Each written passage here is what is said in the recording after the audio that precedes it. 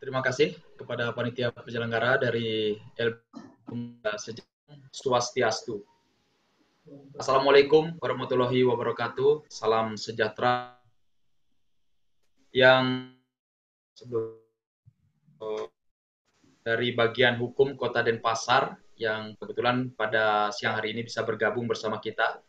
Yang kami hormati pula di sini Bapak narasumber dari Bapak Togar Situmorang yang juga berkesempatan hadir pada hari ini, dan tentunya dari Ketua Umum Pemuda LBH Pemuda Sejati Bapak Agus Putra Sumardana yang nantinya akan selaku moderator dari kegiatan webinar pada siang hari ini yang kami hormati, masyarakat luas pada umumnya, yang mana kegiatan ini nantinya bisa di-sharekan atau dipublikasikan kepada masyarakat luas dan memberikan pencerahan bagi kita, utamanya berkenaan dengan kisruh ya, yang mana di masyarakat kisruh berkenaan dengan Hari Krishna ini sudah mulai muncul tidak hanya di kalangan praktisi hukum, di kalangan akademisi maupun masyarakat luas pun ya, isu-isu liar berkenaan dengan seputar aliran Hari Krishna ini juga dimunculkan di masyarakat.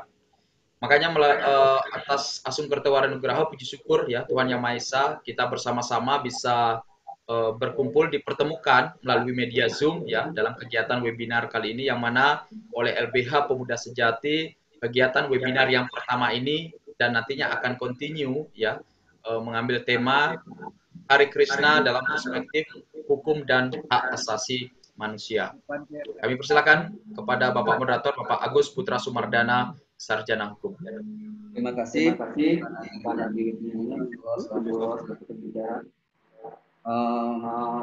dipandu oleh narasumber yang merupakan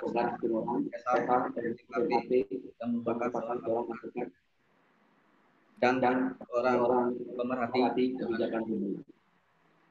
Dalam hal ini beliau akan mencoba mengkaji permasalahan polemik keberadaan aliran kebijakan dari perspektif hukum dan asasi manusia. Pendapat awalnya tentang keberadaan aliran kepercayaan Hari Krishna di Bali. Dengan ini saya persilakan Bapak Togar Situmorang SHMH MAP. Pada kesempatan siang hari ini, perkenalkan nama saya Togar Situmorang. Saya sebagai seorang advokat dan juga pemerhati kebijakan publik. Kebetulan saya juga saat siang hari ini dengan rekan dari LBH Pemuda Sejati yang mengangkat tema Hari Krishna dalam perspektif hukum dan HAM, bisa kita jelaskan memiliki begitu banyak corak ragam budaya. Kita juga begitu banyaknya suku bangsa dan bahasa. Dan ini jelas akan menunjukkan suatu pendapat ataupun timbulnya satu keyakinan ataupun aliran yang akan berkembang sesuai kebutuhan, sesuai daripada keyakinan individu masyarakat itu sendiri. Karena yang namanya kehidupan di dalam bermasyarakat itu dinamis, selalu bergerak. Sehingga di dalam menjalani perkembangan kehidupan bersosialisasi, kehidupan budaya, demikian juga di dalam kehidupan asasi ekonomi dan politik dan seterusnya, itu selalu berkembang. Demikian juga salah satunya yang kita hari ini ambil tema yaitu tentang Hari Krishna. Aliran Hari Krishna ini kalau kita lihat ditarik dari sejarahnya itu berasal dari negeri India, di mana perkembangannya demikian meluas dan salah satunya masuk di Pulau Bali ini. Hari Krishna sendiri itu pada saat ini masuk di dalam satu kumpulan yang bernama ISKCON.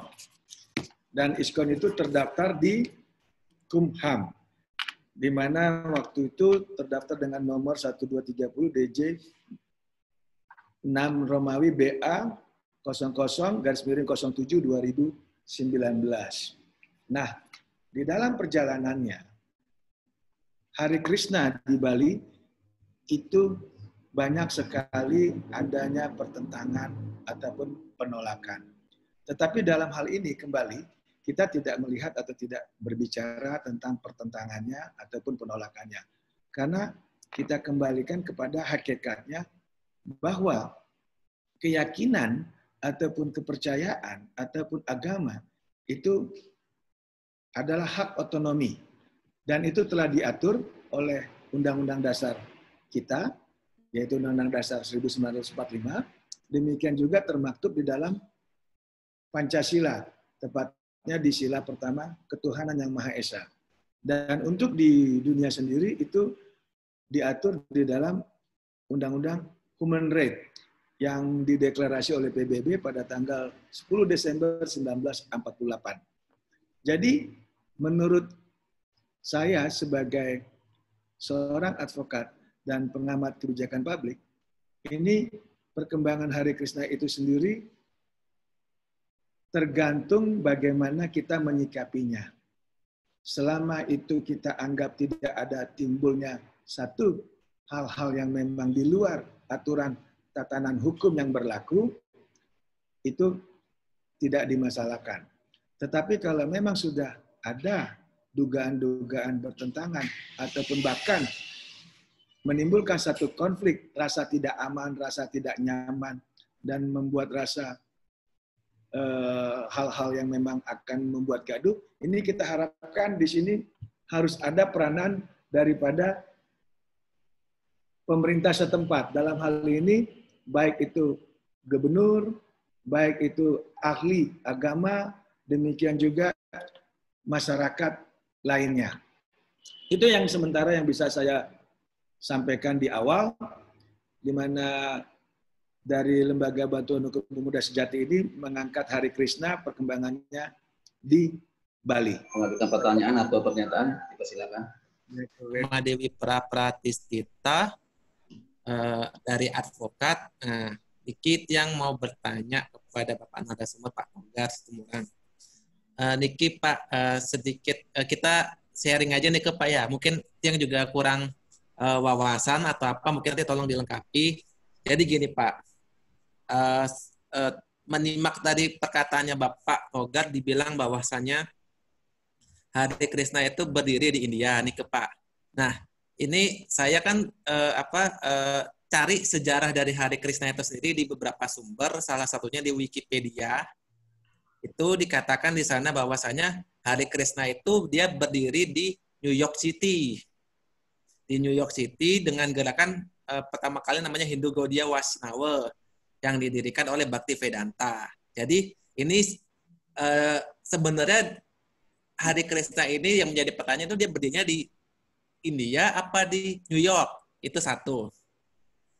Kedua, berbicara soal Hare Krishna dia berdiri di Indonesia sendiri. Nah, ini yang juga nggak paham, ini awalan dia masuk ke Indonesia ini sebagai apa nih ke Pak?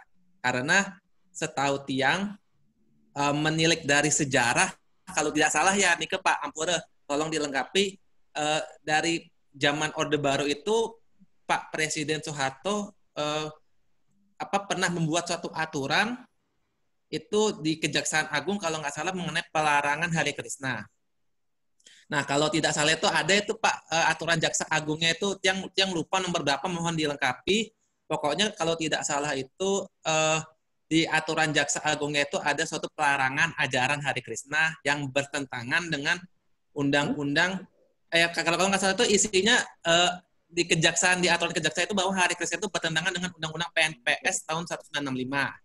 Gitu pokoknya yang tidak paham. Nah ini menjadi pertanyaan bahwasanya kalau memang benar Hare Krishna pada zaman Bapak Soeharto itu adalah aliran yang terlarang, kenapa dia bisa muncul di Indonesia dan dibolehkan? Nah Nike itu aja Pak yang menjadi pertanyaan tiang, dua pertanyaan itu aja, mohon diberikan jawabannya. Semua terima kasih. Itu yang kalau kita yang rekan Pak Madewita bilang bahwa awal berdirinya itu di New York, itu betul, yaitu dari Bhakti Denda Swami Prabhupada. Nah, yang kita maksud tadi Hare Krishna awalan itu di India karena memang orang India yang membawa ke New York sana. Itu yang bisa saya sampaikan kepada rekan saya Pak Made Wita. Kedua tadi itu betul sekali yang rekan Made Wita sampaikan. Pada zaman Pak Harto itu adanya satu larangan tentang Hare Krishna itu sendiri. Tetapi yang tadi saya sebutkan di dalam perkembangan, di dalam zaman yang ada saat ini, tahun 2019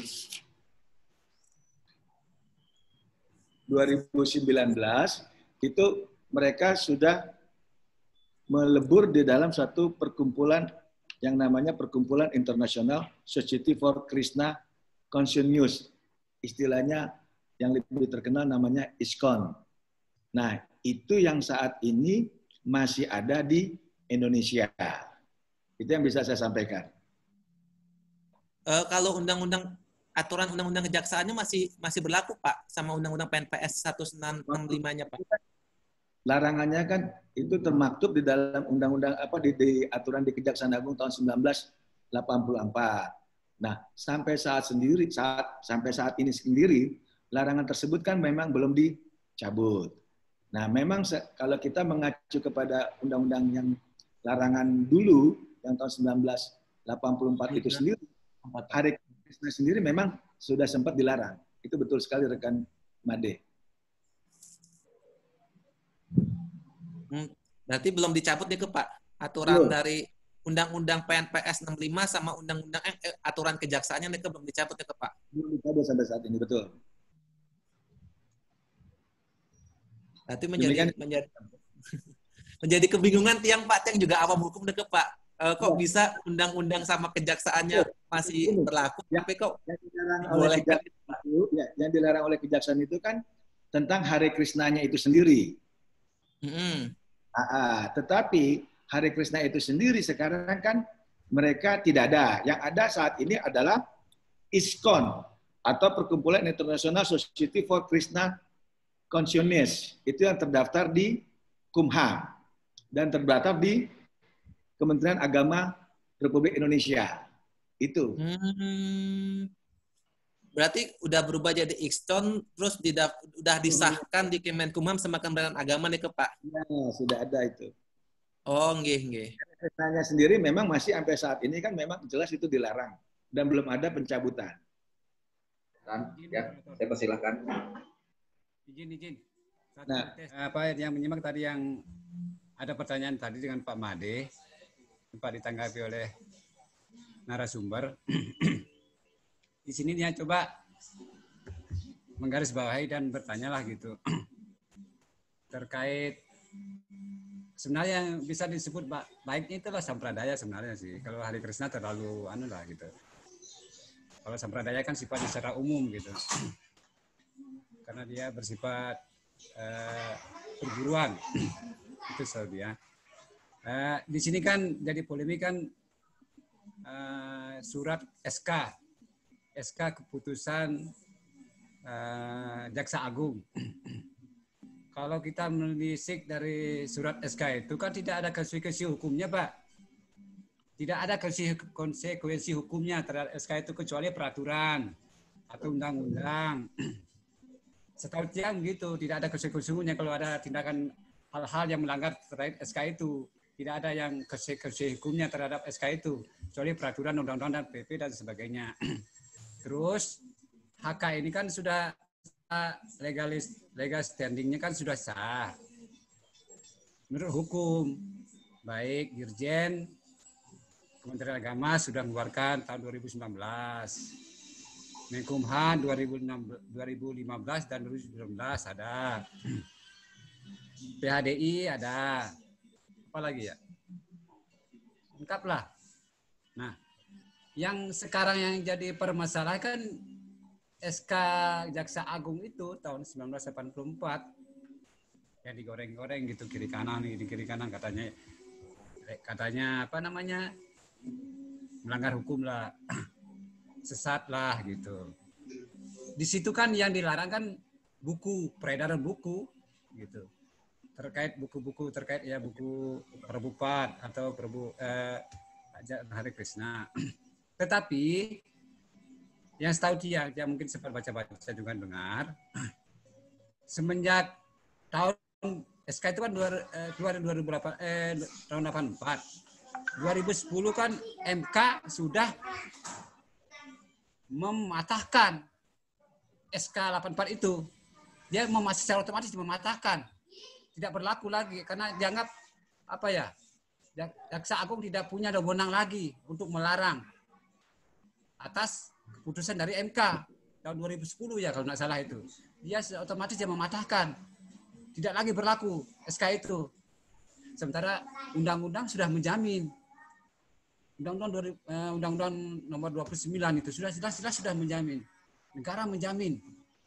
Sementara itu kita sebagai sembradaya diayomi oleh PHDI dengan legal standing yang lain, kekuatan hukum yang mutlak yang dilindungi oleh undang-undang. Nah, kenapa itu yang jadi persoalannya SK 84? Sementara SK 84 kan sudah dipatahkan oleh MK itu tahun 2010 itu.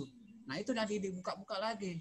Kalau memang mengerti secara hukum, minta maaf ini bukan saya ahli hukum ya, saya masih awam juga ya. Tapi saya dengar-dengar, saya baca-baca, saya juga heran lah gitu. Kenapa kita ributkan gitu? Memang ada permasalahan, kita bisa duduk gitu. Jangan kita mencaci maki di medsos, membuli, memfitnah. Kalau sudah itu kan sudah melanggar hukum itu, Undang-Undang ITE. Padahal jelas sekali Undang-Undang ITE menjelaskan mencaci maki, pencemaran nama baik, memfitnah. Benar kan di situ sudah jelas sekali. Tapi kita pihak HK tidak melakukan tindakan-tindakan yang seperti itu untuk menyerang balik. Nah, kita kalau bisa apa mediasi lah gitu, jalan yang terbaik, jalan tengah. Makanya tahap ini masih di PHDI menerima masukan-masukan dari pihak lain. Mudah-mudahan lah mungkin Pak narasumber bisa menjelaskan hal ini apa dilihat dari segi perspektif hukum dan HAM. Nah di sini sudah kan kalau sudah melanggar ada juga HAM-nya adalah gitu, memfitnah, menjelek-jelekan orang, menjelekan keyakinan orang gitu. Belum tentu jelek-jelekan itu benar gitu. Apalagi misalnya keyakinan seseorang gitu. Apalagi keyakinan kan dilindungi sama undang. Sepanjang keyakinan itu benar, dilindungi undang-undang. Sementara di Bali kan banyak keyakinan yang berbeda. Kenapa tidak dipermasalahkan? Itu yang jadi permasalahannya. Kenapa HK yang jadi dipermasalahkan? Sementara banyak keyakinan-keyakinan yang lain bisa diterima secara terbuka. Kenapa HK yang gitu? Bukan saya membela, enggak. Kita ambil jarak setengahnya saja lah. Kita apalah. Kita lihat dari segi positifnya saja lah. Kita negara yang penuh dengan budaya, kearifan lokal, tetap menjaga kearifan lokal. Apalagi budaya di Bali kan yang di Bali saat ini kan pariwisata, tetap menjaga supaya ajakan Bali tetap berjalan. Yang itu ya, makanya yang saya heran kenapa kita harus ribut sesama Bali gitu. Kenapa kita antara perbedaan keyakinan jadi betul-betul jadi apalah, jadi polemik yang begitu sehingga sampai ke nasional. Pihak-pihak di daerah, kami di daerah ini cuma bisa mendengar saja lah gitu, melihat gitu. Hingga semua untuk sementara ini dulu, mudah-mudahan nanti kalau memang ada nanti saya coba tambahkan.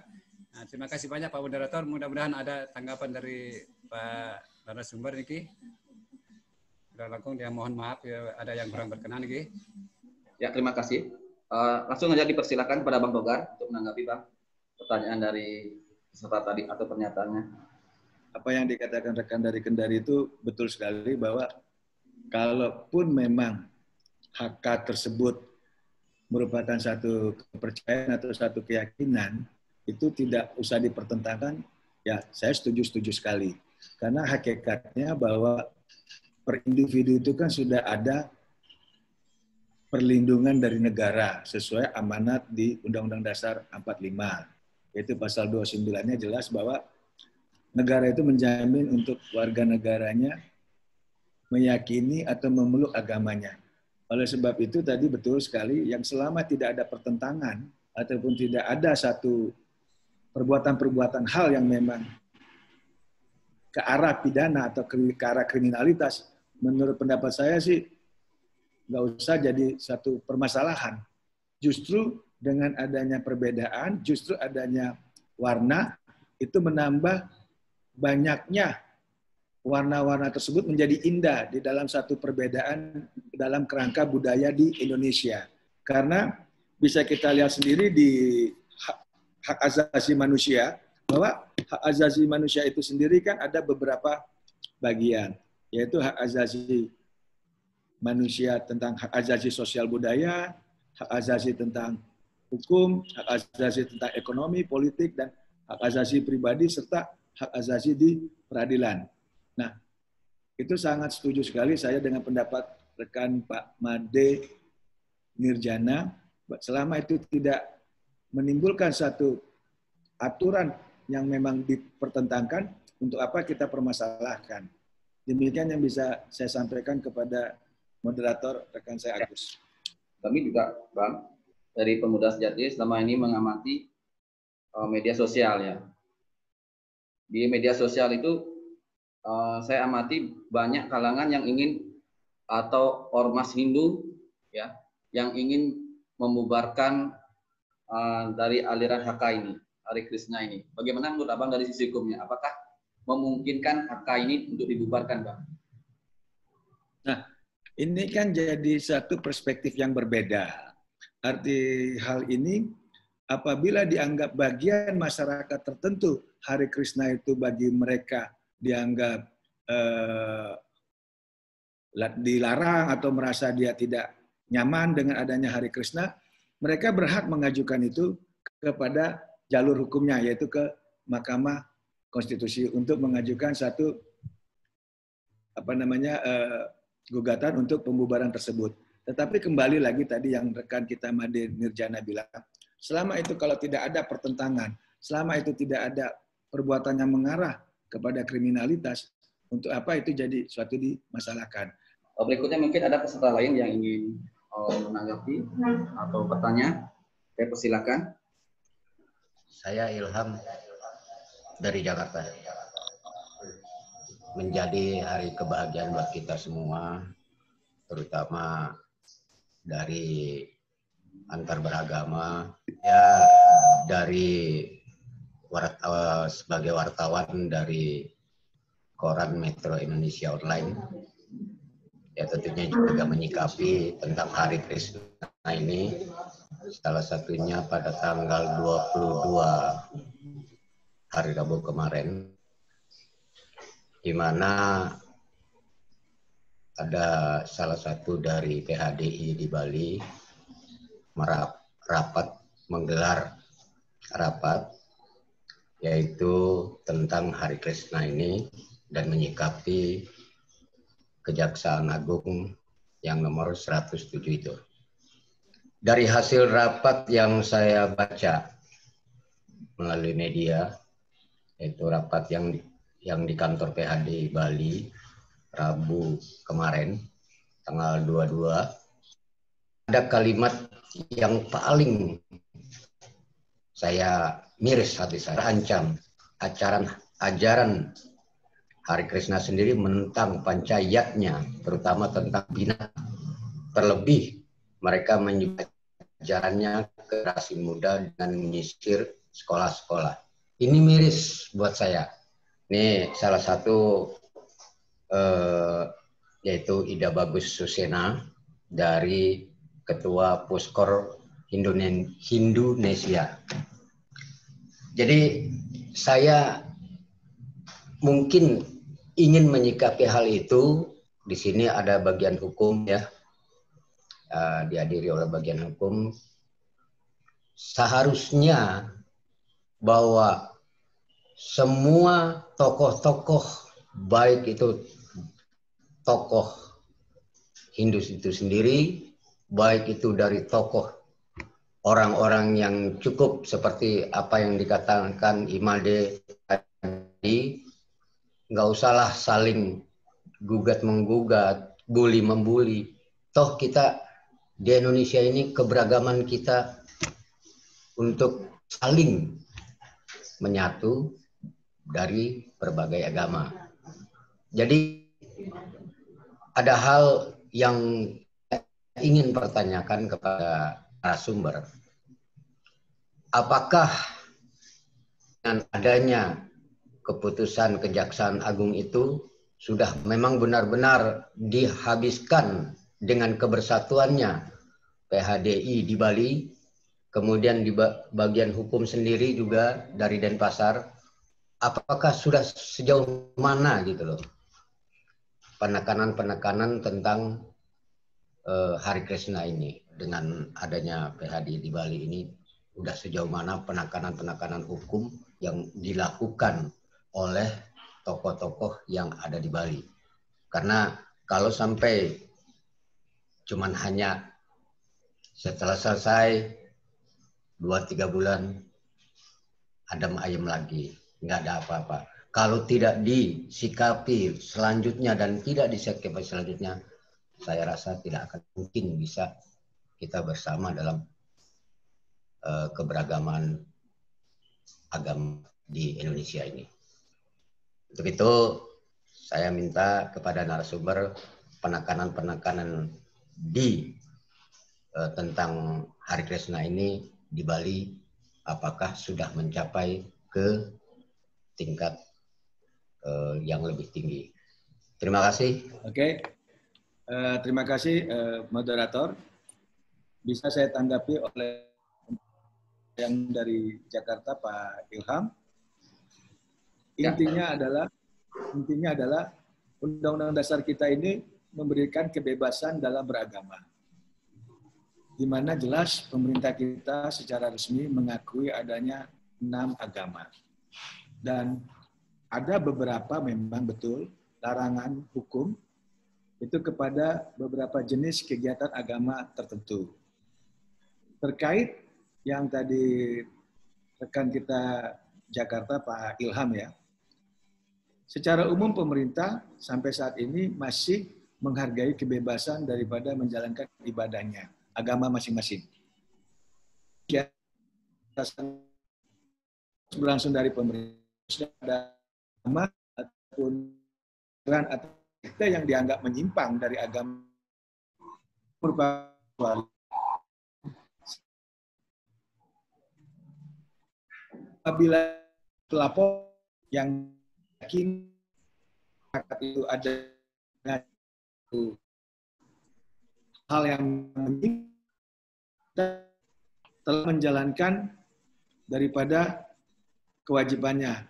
Salah satunya telah melakukan dakwaan ataupun penghukuman kepada pimpinan-pimpinan organisasi yang dianggap pemerintah itu menyimpang. Nah, terkait Hari Krishna sendiri, ini yang memang masih berpolemik karena belum ada satu kepastian hukum, artinya pencabutan ataupun tentang terhadap SK Kejaksaan Agung itu yang tahun 1984. Nah, inilah yang mungkin yang masih bisa sampai saat ini adanya satu pertentangan ataupun pro dan kontra. Demikian juga yang terjadi di Bali, yang kemungkinan yang tadi rekan kita Ilham bilang menyatakan bahwa tanggal 22 Juli 2020 adanya satu pertemuan ataupun rapat di PHDI, itulah salah satunya adanya pro dan kontra tersebut. Nah, disinilah yang kita butuhkan adanya satu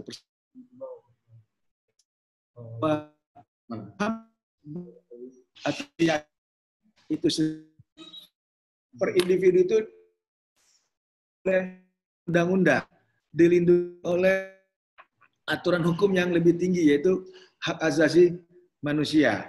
Nah, ini yang kita harus dulu menyatukan satu persepsi agar tidak ada yang namanya satu perbedaan ataupun satu pertentangan membuat di masyarakat gaduh. Nah, kembali ke diri kita masing-masing agar bisa memahami bahwa aliran ataupun agama itu ada dan itu dilindungi oleh undang-undang.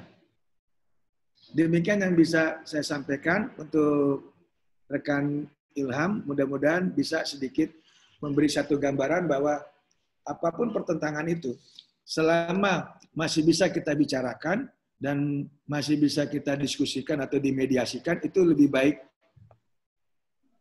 Demikian, moderator. Ya, terima kasih kepada Bang Ustaz. Dipersilakan kepada bagian hukum Kota Denpasar untuk memberi tanggapan. terkait aliran Hare Krishna di Denpasar, bagaimana perkembangannya? Apakah ada penolakan sejumlah ormas yang ada di Denpasar? Mungkin bisa dibagi. Terima kasih atas waktunya. Perkenalkan, nama saya Ketut Purnaasta dari bagian hukum. Kebetulan saya mewakili, Bapak Wakili Kota tidak bisa hadir dalam latihan. Ada kesibukan, Pak Wakil, Pak Asisten juga, begitu juga Pak LT Kabag Hukum. Mohon maaf sebelumnya, karena saya sebagai Kasubag Bantuan Hukum, mohon izin, karena baru tadi dikasih perintah untuk mengikuti. Pertama-tama, melalui tim penasihat hukum yang kita juga banyak diskusi, polemik Hare Krishna di Bali, akhir-akhir ini menjadi polemik, ada pro dan kontra. Di satu sisi, Hare Krishna berpandangan bahwa Hare Krishna merupakan bagian dari agama Hindu. Di sisi lain, kelompok yang menyatakan bahwa Hare Krishna tidak ada kaitannya dengan agama Hindu. Jadi mohon maaf sebelumnya, oleh karena itu perlu dikaji secara mendalam mengenai keberadaan Hare Krishna dalam perspektif hukum dan HAM. Baik, mengacu pada Undang-Undang 45, yaitu pasal 1 ayat 3, menyatakan bahwa negara dijalankan atas dasar hukum yang baik, atau the rule of law. Jadi, secara dasarnya adalah termasuk pemerintahan yang baik. Pada intinya,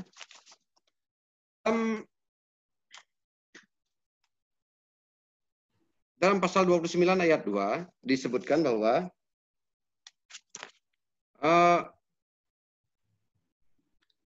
setiap penduduk untuk memeluk agamanya masing-masing, untuk beribadat menurut agamanya dan percaya itu, negara menjamin kemerdekaan tiap-tiap penduduk. Itu istilahnya.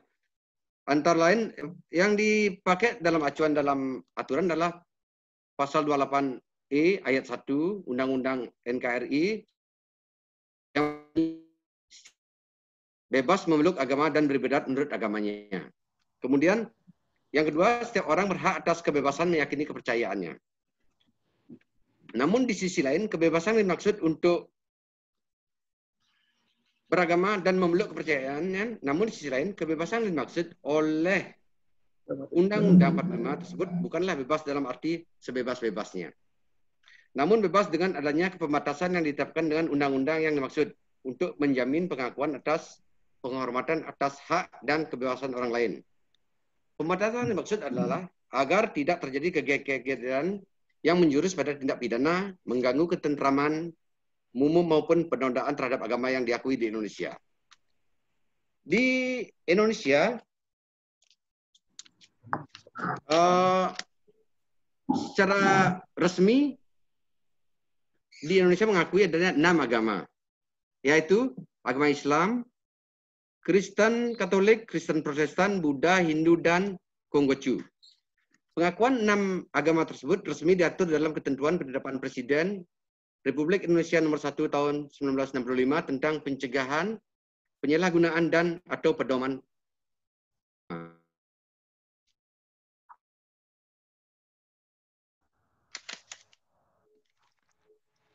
Dalam perspektif kewenangan pemerintah daerah, dalam menjaga ketentraman ketertiban umum dan perlindungan masyarakat, diatur dalam ketentuan pasal 12 Undang-Undang 23 tahun 2014 tentang pemerintahan daerah, yang mana merupakan urusan pemerintah wajib yang berkaitan dengan pelayanan dasar. Ketentuan ini memberikan kewenangan kepada pemerintah daerah untuk menegakkan aturan-aturan dalam terwujudnya ketentraman ketertiban bagi masyarakat. Baik. Selain itu, Undang-Undang 16 tahun 2004 tentang Kejaksaan Republik Indonesia pada pasal 30 ayat 3 huruf D menyebutkan, dalam bidang ketertiban dan ketertiban umum, Kejaksaan turut menyelenggarakan kegiatan aliran kepercayaan yang dapat membahayakan masyarakat dan negara serta melakukan pengawasan terhadap pencegahan penyalahgunaan atau penodaan agama. Selanjutnya, maka dibuatlah tim, yaitu Tim Koordinasi Pengawasan Aliran Kepercayaan Masyarakat atau PAKEM. Tapi pada tanggal 15 Januari 1994, tim tersebut dicabut dan diganti dengan keputusan Jaksa Agung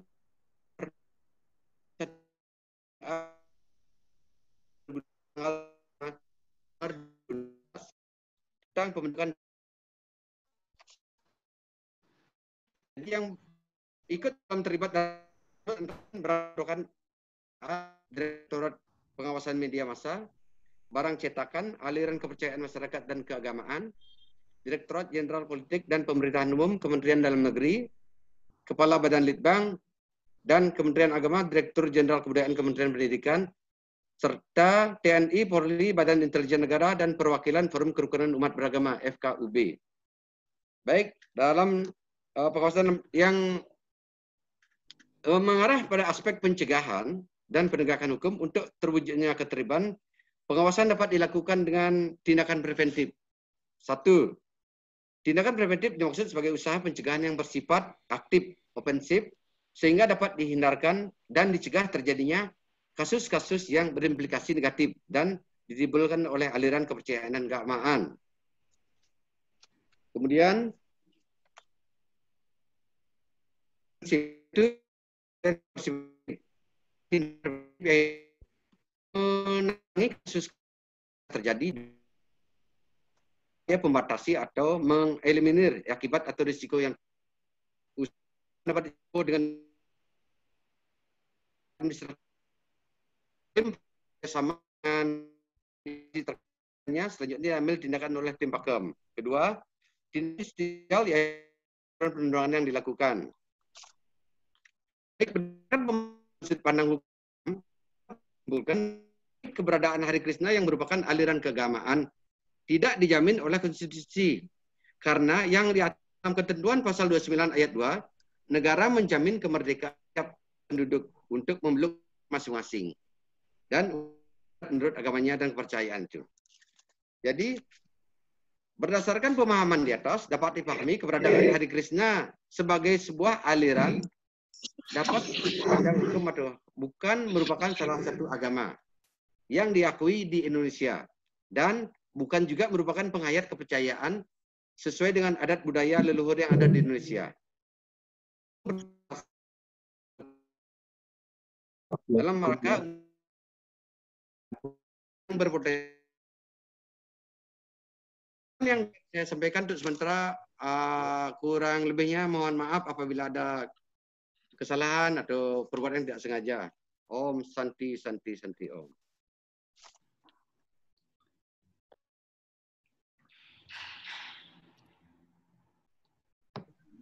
Oke, terima kasih kepada bagian hukum Kota Denpasar. Pada kesempatan ini kita juga dihadiri oleh Dinas Kebudayaan Kelungkung. Mungkin bisa dipersilakan apa tanggapannya terhadap polemik keberadaan aliran kepercayaan Hari Krishna kepada Dinas Kebudayaan Kabupaten Kelungkung. Saya persilakan. Oke. Pada Dinas Kebudayaan Kabupaten Kelungkung yang bisa menghadiri webinar hari ini. Atau kita kembali lagi ke peserta ya, yang ingin menanggapi atau ingin bertanya pada narasumber, saya persilakan. Pak Mod. Oh, cukup jelas Pak. Ya, perkenalkan ya Hendra. Mungkin ada korelasinya dengan dari berabad-abad dan dari yang sudah berjalan dengan damai kami menjalani kehidupan di rumah besar kami. Kemudian datang suatu aliran lah kalau bisa dibilang seperti itu dan menyatakan diri bahwa mereka bagian dari agama hidup, agama yang sudah ada di rumah kami. Kemudian sewaktu mereka datang, tentunya kita masih bertanya-tanya ini agak seperti apa kok banyak perbedaan dan di dalam perjalanannya mereka malahan mencoba mengubah adat kebiasaan yang telah kami terima warisi. Di antaranya misalnya dalam tata upacara tidak ada penggunaan binatang, sedangkan di Bali kami sendiri mengenal bahwa pembunuhan terhadap binatang untuk yatnya itu masih sangat dibenarkan. Kemudian untuk Kemudian kalau saya cerita lagi, masalah yang timbul pada saat pengabenan. Pengabenan kalau Hindu Bali kita mengenal kepercayaan terhadap leluhur sangat kental. Kemudian pengabenan juga memiliki tata cara yang sudah kita pegang, dipakami bersama. Datang aliran ini yang menginginkan merubah. Misalnya dalam secara teknisnya, ada abu dari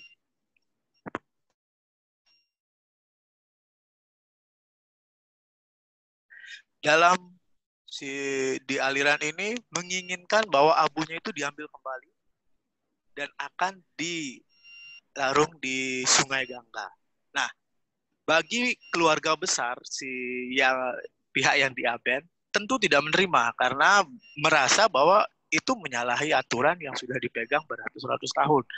Tentu kalau kita ngomongin secara HAM, itu kita nggak bisa ngelarang kalau mereka mau menganut kepercayaan dari Hare Krishna.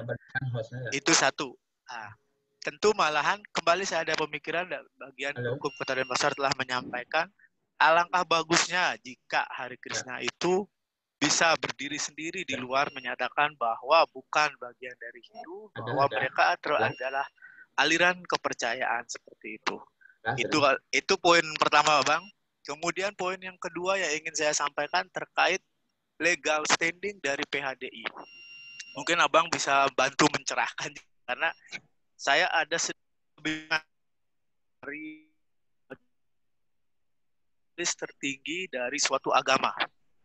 Kalau yang saya temukan, dasar hukum dari majelis tertinggi suatu agama itu baru ketemu cuman keputusan presiden atau peraturan presiden terkait pemberian bantuan kepada MUI.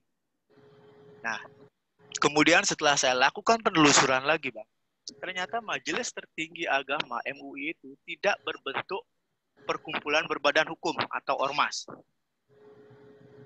Sedangkan PHDI sekarang sudah berbentuk perkumpulan badan hukum atau ormas. Mungkin bagian hukum Kota Denpasar bisa membantu menunjukkan PHDI Kota Denpasar itu legal standing-nya seperti apakah, ataukah benar memang dia ormas. Karena konklusi hukumnya menurut saya, apabila dia berbentuk organisasi masyarakat, segala keluaran, segala kebijakan, aturan yang dikeluarkan hanya akan mengikat kepada anggota ormas tersebut. Sehingga pengayoman yang dilakukan oleh PHDI, pendapat yang diberikan oleh PHDI terkait agama Hindu, terkait kisruh Hare Krishna ini, dia tidak akan memberikan efek apapun terhadap masyarakat Bali pada khususnya. Karena tidak semua masyarakat Bali menjadi anggota ormas dari PHDI tersebut. Kira-kira gitu, Bang. Mohon bantu dijelasin. 2 poin itu penting itu aja, Bang. Terima kasih. Oke. Jadi kalau boleh kita sampaikan di sini bahwa dari legal standing PHDI sendiri, itu kan PHDI merupakan Parisada Hindu Dharma Indonesia.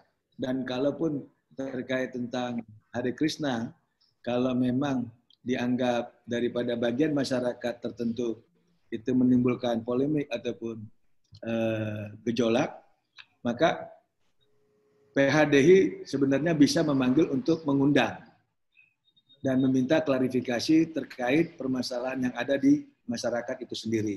Karena memang setahu saya di dalam ajaran agama Hindu itu, mohon maaf sebelumnya ya, kalau saya bicara tentang agama yang di luar konteks agama sendiri keyakinannya.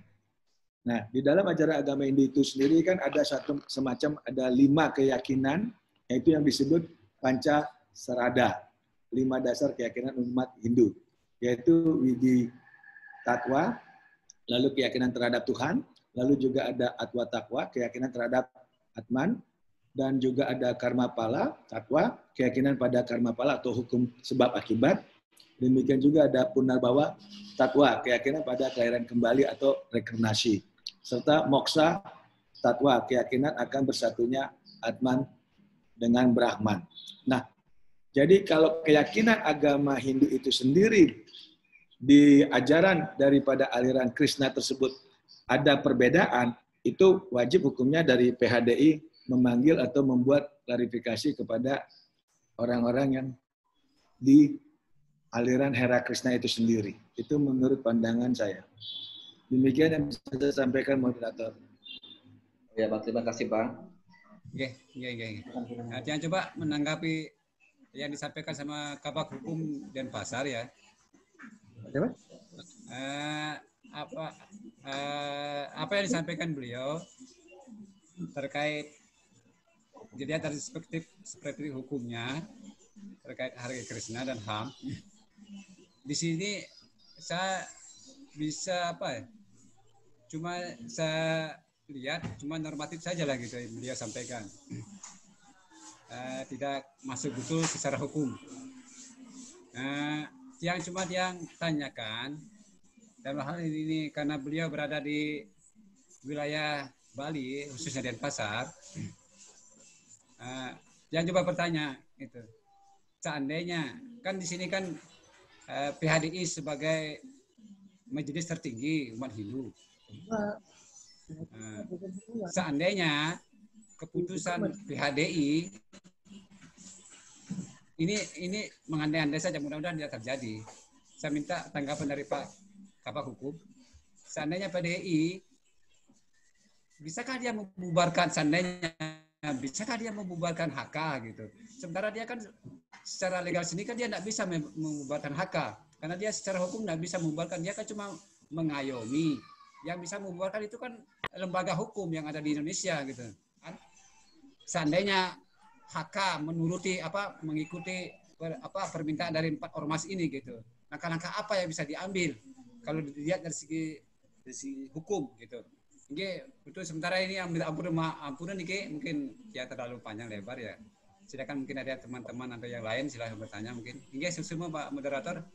Oke. Terima kasih Pak Made Nirjana dari Kendari. Salam. Pertanyaan Bapak tadi, apakah PHDI bisa membubarkan? Kita kembali kepada aturannya. Apakah Hare Krishna itu sudah terdaftar di Kesbangpol? Karena Kesbangpol sebagai pengayom dalam artian setiap ormas harus terdaftar di Kesbangpol. Pertama. Kemudian kita harus cek apakah keberadaan itu sudah ada dasar hukumnya dalam pembentukan Hare Krishna atau gimana itu. Jadi PHDI harus mengacu pada aturan juga. Apakah kalau memang sudah terdaftar, aturan-aturan apa yang dipakai? Tidak sewenang-wenang begitu saja untuk membubarkan, jadi harus dikaji secara matang. Biar tidak terjadi gugatan atau dalam artian tidak terjadinya hal-hal yang menjadi polemik di masyarakat ke depan. Gitu, Pak. Itu sementara itu, Pak. Makasih. Pak Made Nirjana, pertanyaan daripada rekan Pak Made Nirjana terkait PHDI bisa membubarkan HK itu, kita bisa kesimpulkan, bisa jawab, itu tidak bisa. Karena PHDI itu sendiri kan hanya semacam kayak perkumpulan, ataupun semacam kayak persatuan yang memang di bawahnya membawahi agama Hindu. Nah, kalau ingin membubarkan yang sesuatu aliran yang dianggap tadi, katakanlah bertentangan dengan Hindu ataupun ajaran dan agama yang memang sudah diatur di dalam undang-undang, itu harus melalui aturan yang jelas, yaitu melalui daripada gugatan ataupun juga melalui daripada PT UN, dan juga bisa diajukan ke Mahkamah Konstitusi. Nah, itu tadi saya sepakat dengan pihak bagian hukum bahwa kita mesti lihat dulu HK ini apakah sudah terdaftar atau sudah ada badan hukumnya sendiri. Nah, ini yang perlu kita sikapi agar tidak ada konflik berkelanjutan. Nah, kembali lagi kepada hakikatnya, tema hari ini tentang HAM, yaitu perspektif Hare Krishna dari HAM itu sendiri. Nah, selama individu ataupun masyarakat meyakini bahwa aliran itu menurut kepercayaan, menurut diri dia itu berguna ataupun bermanfaat, kita tidak bisa melakukan satu pertentangan. Nah, jadi kita kembalikan aja kepada individu, selama dia melakukan itu secara kondusif, tanpa mempengaruhi, tanpa juga menimbulkan gejolak, ataupun adanya pertentangan dengan aturan hukum yang berlaku, menurut pribadi saya, itu betul-betul orang itu kan sudah dilindungi oleh hak asasi manusianya. Jadi kita cobalah bersikap di dalam hal ini bijak, jangan terlalu dipertentangkan hal-hal yang memang tidak selalu, yang tidak harus ikut daripada apa yang kita yakini. Karena banyak juga kadang-kadang aliran itu kan berbeda dengan apa agama yang kita anut. Yang tadi ada salah satu peserta yang menyatakan bahwa dia ada kematian atau dia melakukan ritual, lantas datang dari orang yang dikatakan itu diduga dia menganut aliran agama, aliran HK, melarang ini, melarang itu, kemungkinan itu bisa. Nah, jadi subjeknya kan pribadi, individu. Kalau merasa dirinya ada hal yang dirugikan, dia bisa mengadukan itu kepada aparatur hukum. Itu yang lebih efektif. Tanpa kita mengganggu daripada induknya, Hare Krishna ini bisa dibubarkan secara resmi oleh pemerintah atau tidak. Ini kan masih berpolemik. Itu yang bisa saya sampaikan untuk rekan saya, Made Nirjana. Demikian moderator. Sedikit pertanyaan saya, Bang. Terkait yang tadi. Bila mana ada pengurus HK ini, dia mengurus izin lingkungan, ya di kepala desa atau di kepala dusun, lalu tidak diberikan izin untuk mendirikan misalnya asram atau kantor seperti itu. Bagaimana menurut pandangan Abang? Berikan izin lingkungan kepada pengurus HK atau kepada dalam mendirikan asram atau kantornya, Bang? Izin mendirikan sesuatu. Nah, kalau izin mendirikan sesuatu ini kan jelas ada aturan hukum yang berlaku. Salah satunya yang tadi, kalau dia mendirikan satu bangunan, berarti kan ikut aturan izin mendirikan bangunan. Kalau dia ingin mengurus izin tentang keberadaan aliran HK itu sendiri di lingkungan kliennya, nah itu yang tadi saya sepakat dengan pihak kabak hukum. Apakah Hare Krishna itu sendiri terdaftar di Kesbangpol?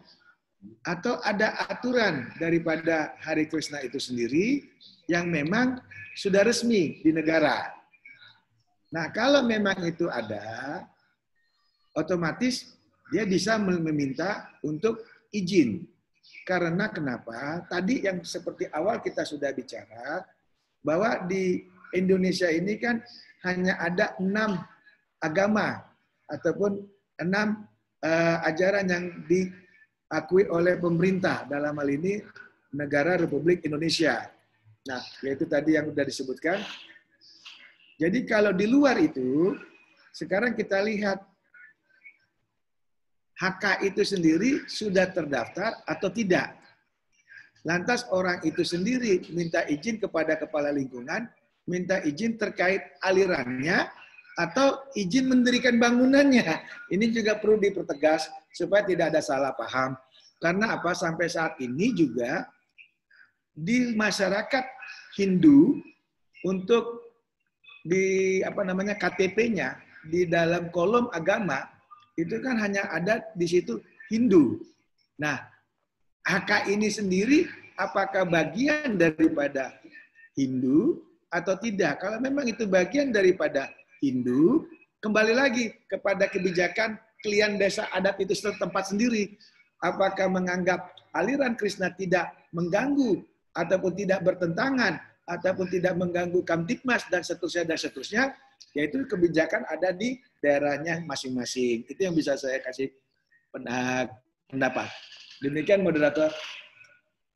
Ya, silakan. Tadi saya sempat mendengar ada semeton atau teman yang menganggap bahwa Hare Krishna berada di luar Hindu ya. Tadi sempat saya dengar. Di sini saya ingin mengklarifikasi sedikit tentang ajaran Hare Krishna ya. Di dalam Hindu, di dalam Weda ada 2 ajaran yang sangat jelas ya. Yang pertama himsa karma, membunuh untuk korban suci, sedangkan yang kedua yaitu ahimsa karma, yaitu tidak melakukan kekerasan di dalam berkorban suci gitu.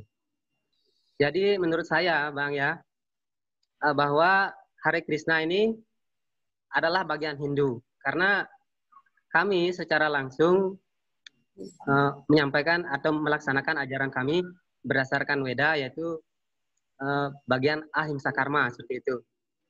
Jadi saya menanggapi tadi apa yang disampaikan oleh teman yang mengatakan bahwa Hindu Hari Krishna itu berbeda dengan Hindu Bali.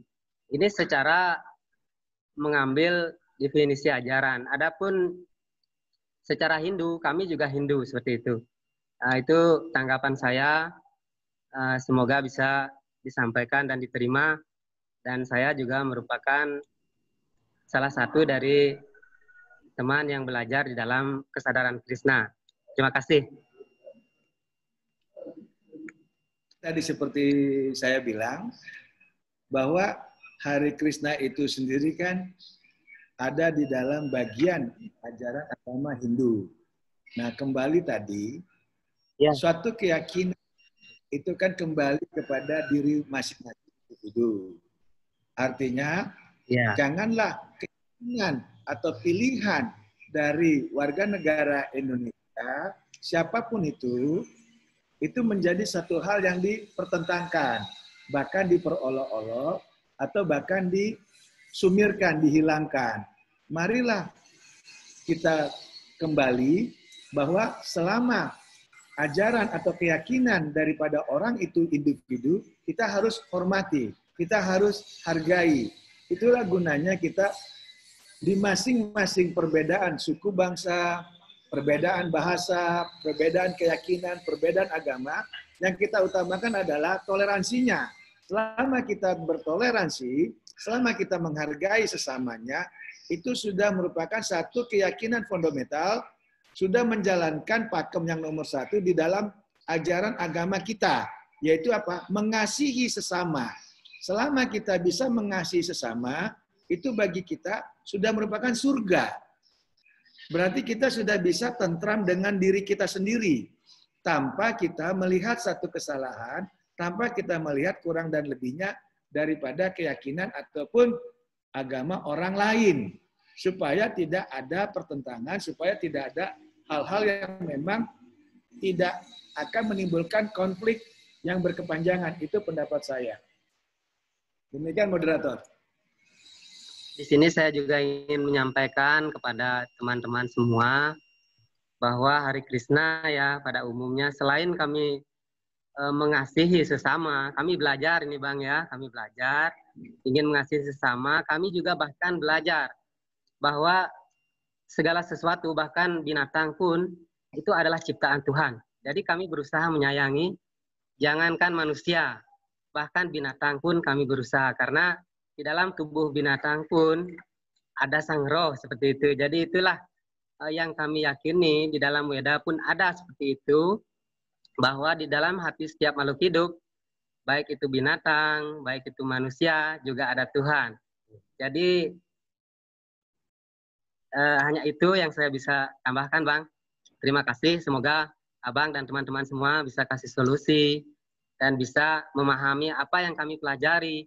Sesungguhnya tidak ingin menyakiti siapapun, karena kami mencintai semuanya.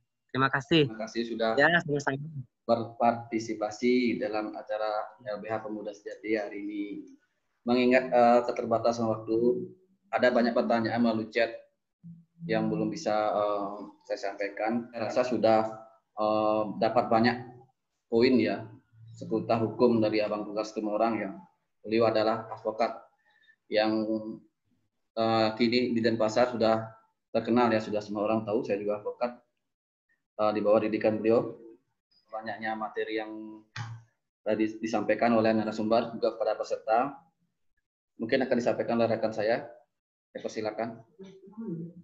Jadi bisa saya katakan sebagai statement saya, perlu kita ketahui bahwa negara Indonesia itu adalah merupakan negara yang memiliki banyak corak budaya, multikultur, baik dari segi agama, suku, bahasa, dan budaya. Oleh sebab itu, karena banyaknya agama di Indonesia ini, maka itu menandakan bahwa negara Indonesia merupakan negara yang sangat plural. Oleh sebab itu, karena negara kita adalah negara yang menganut plural daripada agama itu sendiri, tentunya pemerintah dalam hal ini kita harapkan harus betul-betul bijak, harus betul-betul bisa membuat satu aturan atau tatanan hukum yang bisa masing-masing membuat kenyamanan daripada rakyat ataupun warga negaranya itu sendiri.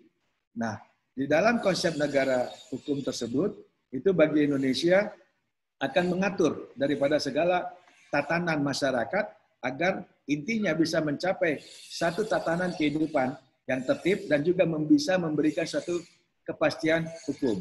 Oleh sebab itu, yang penting bagi kita adalah antara kita sebagai manusia lalu dengan Tuhan, itu kita sebagai manusia paling tidak dalam hal ini minimal kita bisa saling menghargai kepada manusia yang lainnya. Apapun daripada keyakinan ataupun apapun daripada agamanya, ini kita kembali kepada hakikatnya harus menghormati, harus menghargai, karena siapapun di luar sana, siapapun keyakinannya, apapun agamanya, apapun budayanya, mereka itu tidak bisa terlepas daripada yang namanya yang melekat hak asasi manusia. Hak asasi manusia itu sendiri ada pada saat kita masih di dalam rahim ibu kita. Sehingga pada saat nanti kita lahir ke dunia ini, dan di dalam dunia ini kita meyakini sesuatu hal, keyakinan kita, otomatis siapapun orangnya harus menghormati dan harus menghargai. Demikian yang bisa saya sampaikan untuk closing statement saya. Terima kasih juga untuk teman-teman, untuk Kabag Bagian Hukum Kota Denpasar, untuk rekan-rekan yang sudah memberikan begitu banyak variasi pertanyaan. Kalaupun ada yang kurang dan ada pun yang kurang puas, semata-mata saya ini manusia, tidak luput daripada kesalahan. Karena kesempurnaan itu hanya milik Tuhan Yang Maha Esa. Sebelumnya saya sampaikan terima kasih. Selamat untuk semuanya.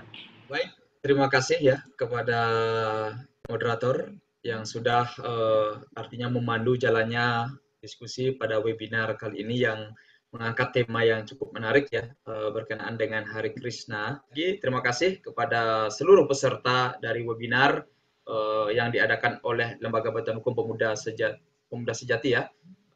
Semoga kedepannya webinar-webinar dengan topik-topik yang menarik lainnya menjadi hangat dan diikuti oleh banyak kalangan. Telah memakan waktu ya dari Bapak Ibu sekalian dalam acara webinar pada siang hari ini. Dan kami akhiri dengan mengaturkan Parama Santi, Om Santi Santi Santi Om. Selamat siang, selamat beraktivitas dan sampai jumpa.